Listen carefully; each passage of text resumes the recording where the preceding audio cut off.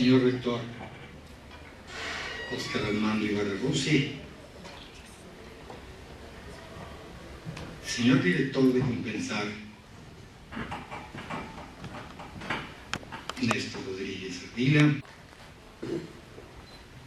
Gabriel Rosas, Guillermo Núñez, maestro Gistancho, señores representantes del Consejo de Compensar, invitados especiales, queridos compañeros avellanos y cervantinos.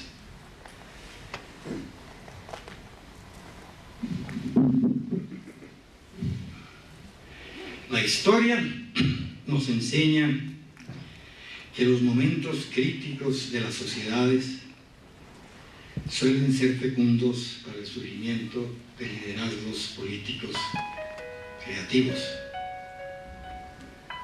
Nos vamos a ocupar hoy de un colombiano que hace 2 decenios ingresó por la puerta grande a la historia de América Latina, querida familia Galán Sarmiento que nos acompaña. Su irrupción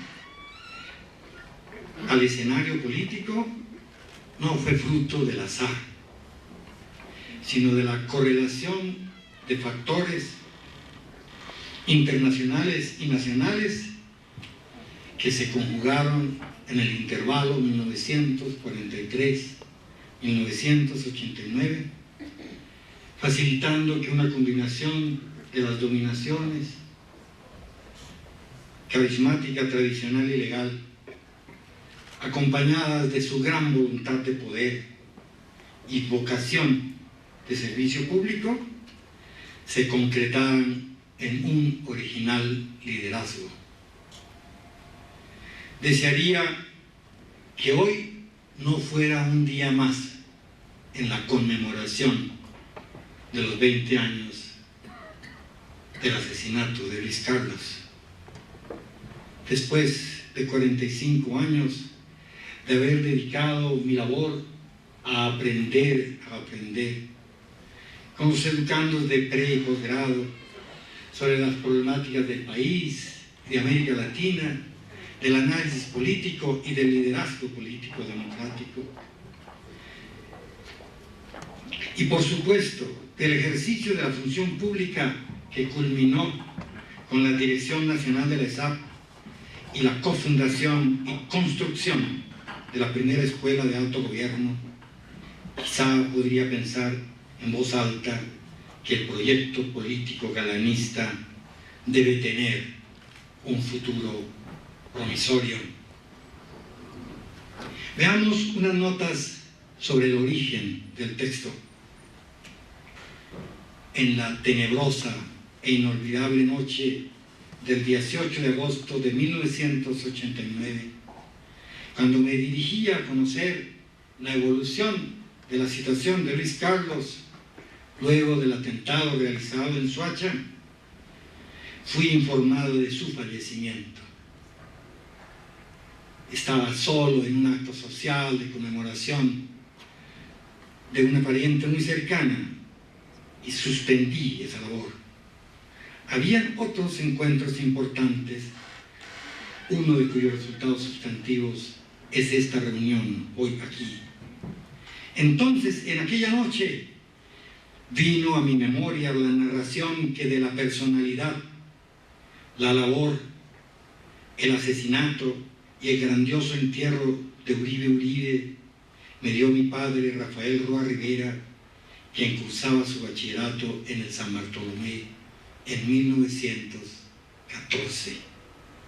Vertiginosamente rememoré efectos del 9 de abril de 1948, cuando fue asesinado Jorge Eliezer Gaitán, y siendo un niño hube de presenciar el 10 de abril, en compañía de mi padre, la muerte de un hombre que deambulaba frente a la 5ª estación de policía y gritaba algo incomprensible.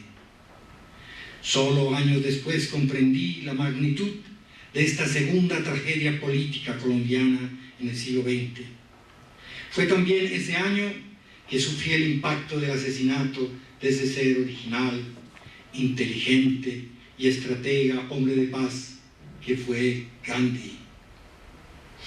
La grandeza de su vida y obra, y también su mensaje, fue objeto de mis reflexiones años después.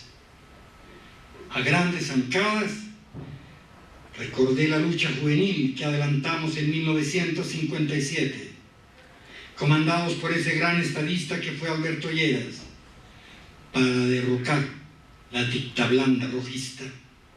También rememoré el impacto que me produjo cuando estaba terminando mis estudios universitarios el asesinato de la esperanza democrática que representaba el presidente Kennedy en 1963.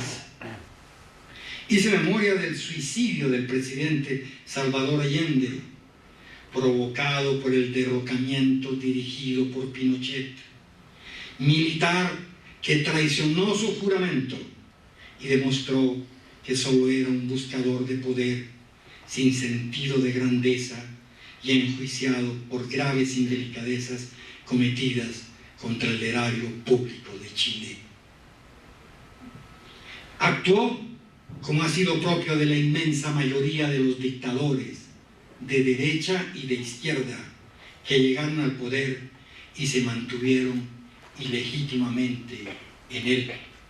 Ulteriormente, pasó por mi memoria el asesinato del ministro de Justicia galanista Rodrigo Lara Bonilla y el grave error político estratégico cometido en 1985 por el M-19 en la toma del Palacio de Justicia y la incompetencia para ejercer como comandante en jefe de las Fuerzas Armadas por parte de Belisario Betancur.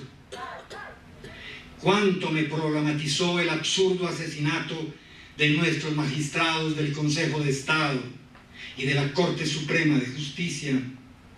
Recuerdo que amén de la crisis político-institucional de las más graves del siglo XX, perdimos la inteligencia jurídica que había demorado medio siglo en decantarse y producir resultados para fortalecer nuestra democracia dentro del marco del Estado Social de Derecho.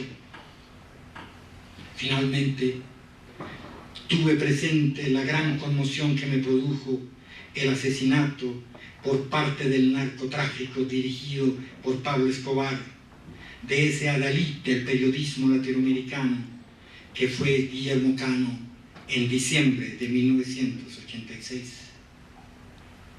Entonces, en esas horas reflexivamente atormentadas de ese día dramático para la historia de Colombia del siglo XX, se fue gestando paulatinamente el texto que entrego a consideración de nuestros compatriotas, de los lectores, de nuestra nación, de América Latina y de la gente demócrata de Europa y de Estados Unidos,